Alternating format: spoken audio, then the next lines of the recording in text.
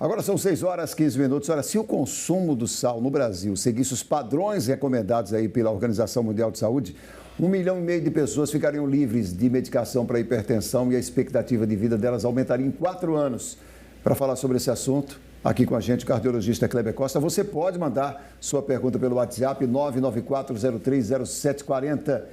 Nós podemos dizer que o consumo do sal no Brasil é inadequado, está errado, está bem acima do que deveria ser? Bom dia, doutor. Bom dia. Com certeza, né? O consumo médio do brasileiro é em torno de 12 gramas de sal. Para você ter uma ideia, aquele saquinho que a gente vê no restaurante tem 1 grama de sal. Né? Então, a gente usa diariamente 12 vezes um saquinho daquele. Isso dentro de toda a alimentação, né? No conjunto, né? Então, o preconizado pela Organização Mundial de Saúde seria de apenas 5 gramas. Né? Então, a gente abusa e o excesso do uso do sal vai carregar água para dentro do sistema, aumentando a pressão arterial intravascular. Né? Então, isso é ruim. O excesso de água, de líquido, aumenta a pressão vai erodindo a parede interna do vaso, causando pequenas fissuras, ali vão se depositar placas de gordura e todo o processo se inicia por conta de uma ingestão inadequada de sal. Evidentemente, também a gordura aí que vai preenchendo. O sistema entende que aquela fissura é como se houvesse um defeito, um corte, uma secção do vaso.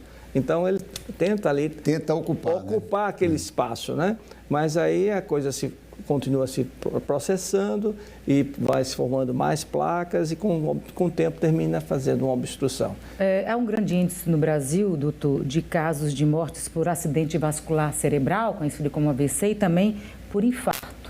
Então, se consumíssemos menos sal, com certeza esse índice cairia e muito, né? Está diretamente ligado ao consumo dessas doenças. Os estudos mostram que se tivéssemos um uso adequado do sal, haveria uma redução de 15% dos AVCs e de 10% dos infartos. Então, não precisa tirar o sal totalmente, é só encontrar um ponto de equilíbrio. Não estamos aqui preconizando que se retire o sal, pelo contrário. Ele é necessário, né? O sal é necessário.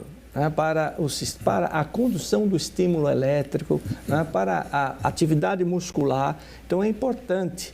O excesso, como tudo na vida, tudo na natureza, eu digo sempre para os pacientes que tudo na natureza foi colocado para que nós pudéssemos usar, não abusar. Né? O abuso é que é prejudicial. Prejudicial, exatamente, doutor. Agora, doutor, a pessoa que consumiu sal durante muito tempo e chega aos 40, 50 anos e resolve diminuir, ajuda realmente? Ajuda com certeza. Estou falando isso porque é um estímulo para as pessoas. Não, já consumi tanto tempo, não vai alterar muito. E altera, né, doutor? Altera, sim. Até porque a hipertensão arterial, ela vem com a idade. Né? Então, nesse momento em que é identificada a presença da hipertensão, que tem um componente genético, se você tem pai ou mãe hipertenso, se resguarde, porque você Estamos mal. vai chegar o momento da sua hipertensão. Evidentemente, essa questão genética, então, ela é forte, né? É preponderante, inclusive no sal. Né? Há pessoas que abusam do sal e não tem problema. Tem uma, vamos dizer assim, uma certa proteção genética. E outros levam um gene que predispõe a problemas quando em contato com o sal. Não precisa nem usar os 5 gramas preconizados pela Organização Mundial e já tem uma tendência a se prejudicar com um problema. É genética. Acho que o futuro nosso é a engenharia genética. Doutor, vamos falar agora do assunto, continua sendo essa questão do coração aí, né, doenças cardíacas. Nós estamos aí perto do carnaval, prévias carnavalescas, né, acontece na cidade, e aí o pessoal, muitas vezes, claro, vai brincar, porque é gostoso brincar carnaval mesmo, né, e muitos dos foliões não estão acostumados com exercícios físicos, né, são ociosos, são mais, assim, parados no dia a dia, e aí vem sol, né? Vem consumo de alimentos ali não tão adequados, né? Qual a orientação que o senhor daria, então, a esses foliões que estão se preparando, entre aspas, para brincar aí no sol e para consumir alimentos que não estão no dia a dia em casa, tão saudáveis? E as bebidas alcoólicas também, né? Isso. Principalmente. Com certeza. Você falou a questão dos blocos carnavalescos. Então, passaram amanhã na avenida, na praia, acompanhando um bloco, é terrível, você desidrata. Né? A desidratação, ela é ruim porque ela hipercoagula, pode causar uma hipercoagulabilidade do sangue, provocar infarto, provocar derrame. Não sei se você lembra daquela imagem de um atleta na Olimpíada, quando ela chegou aos trancos e barrancos, alguém segurando. Né? Aquela atleta, ela teve um AVC. Ela desidratou tanto, o sangue engrossou de forma tal que provocou um êmbolo e causou um AVC naquela atleta. Né?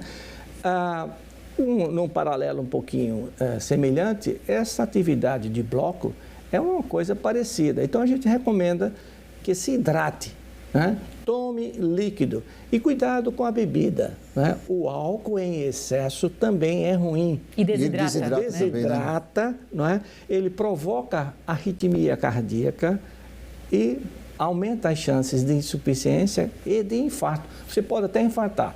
Nós temos relatos de jovens de 24 anos com infarto por excesso e abuso do álcool. E quanto mais jovem, pior são as consequências, né, doutor? Sim. Não sei, desculpa que estou falando como leigo, mas pelo menos a gente percebe isso.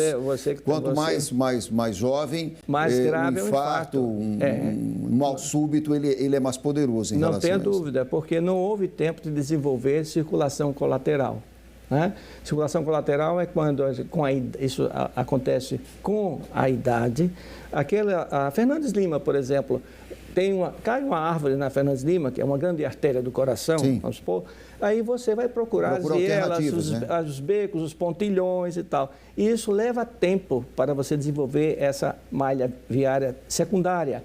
No coração é a mesma coisa, com o tempo é que vai se desenvolver. E aquele fulião que já tem a tendência aí à hipertensão, o cuidado deve ser dobrado, né? Com certeza, né? Eu volto a insistir com relação ao álcool, porque é interessante. O álcool é bom ou é ruim? Como é que é isso? Né? E deixa a gente, às vezes, numa situação delicada. Existe uma situação na França que é o paradoxo francês. Por que na França tem menos infarto? Né? Então, se descobriu que o francês tem o hábito de tomar vinho na refeição. Então, estudos foram feitos e verificaram que o álcool ingerido na refeição, durante a refeição, não causa tanto prejuízo.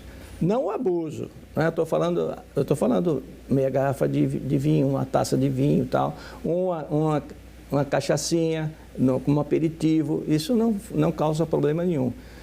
Fora da refeição, costuma trazer problemas. Então, só para esclarecer a população, esse álcool nessa dose de uma latinha de cerveja, 50 ml de destilado, né? 2 taças de vinho, isso não tem problema. O excesso é que poderá acarretar problemas, principalmente a arritmia cardíaca. Você pode até beber, mas só não dirija, né? O álcool ele é estimulante do sistema e tem ação inflamatória vascular. Por isso que não deve ser ingerido em excesso. Né? Tem uma pergunta aqui do Romério, ele mora na Maravilha. Ele pergunta qual é a aferição considerada normal da pressão arterial. Vai de pessoa para pessoa ou aquele padrão lá do 12/8 é o mais natural? Veja só. Aqui no Brasil, a Sociedade Brasileira de Cardiologia preconiza 14/8. Acima de 14, 14/8,5. Acima de 14 é hipertensão sistólica, acima de 9 é hipertensão diastólica. Né? O americano já é mais rigoroso. Lá é 13/8,5. Né? Mas, em suma, vamos ficar com a nossa medição, a nossa orientação da Sociedade Brasileira. Até 14. Até 14 de máxima e 8,5 de mínima. Agora, está dentro da normalidade. A pessoa que é hipertenso deve ficar atento a isso. Mesmo tomando remédio, é bom acompanhar essa pressão. Com certeza. E principalmente aqueles que ainda não são hipertensos e que querem fazer a prevenção, aí tem que ter cuidado com a ingestão de sal, né? Com enlatados, embutidos.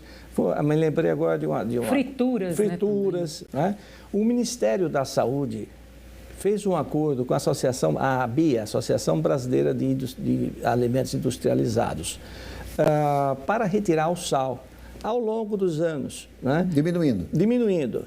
Para você ter uma ideia, em 2014 até 2011 a 2014, foram retiradas quase 8 toneladas de sal dos alimentos industrializados. E as pessoas E a perceptível, né, isso, E a expectativa até 2020, comparando com 2011, serão 28 toneladas de sal que vão ser retirados.